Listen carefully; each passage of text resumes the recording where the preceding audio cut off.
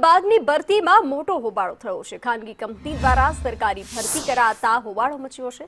પરીક્ષા સમયે સરકારી અધિકારીઓ ગેરહાજર રહ્યા હતા। સરકારી વાહનોના બદલે ખાનગી કારથી ટેસ્ટ ઉમેદવારોના પાસ ફેલ અંગે કોઈ પુરાવા નહીં। રોષે ભરાયેલા ઉમેદવારોએ પરીક્ષા રદ કરવાની માંગ કરી છે। આ ફાયર વ્હીકલના ડ્રાઈવરની ભરતી છે। અમે ડ્રાઇવિંગ ટેસ્ટ આપવા માટે આવ્યા છે।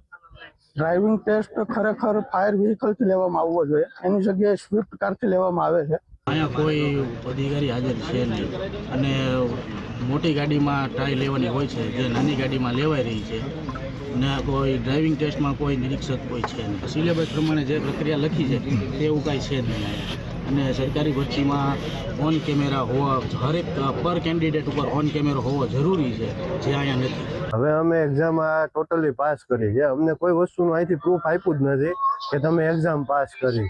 એ લોકો એવું કીધું કે તમે મેરિટ લિસ્ટ જોઈ લેજો, મેરિટમાં તમારું નામ આવી જશે। હવે આઈ થિંક અમારે નામ મેરિટમાં ન આવ્યું તો અમારે રજૂઆત કોને કરવાની? પ્રૂફ સરકારી પ્રક્રિયા છે કે સરકારી પ્રક્રિયા છે। તો આણંદના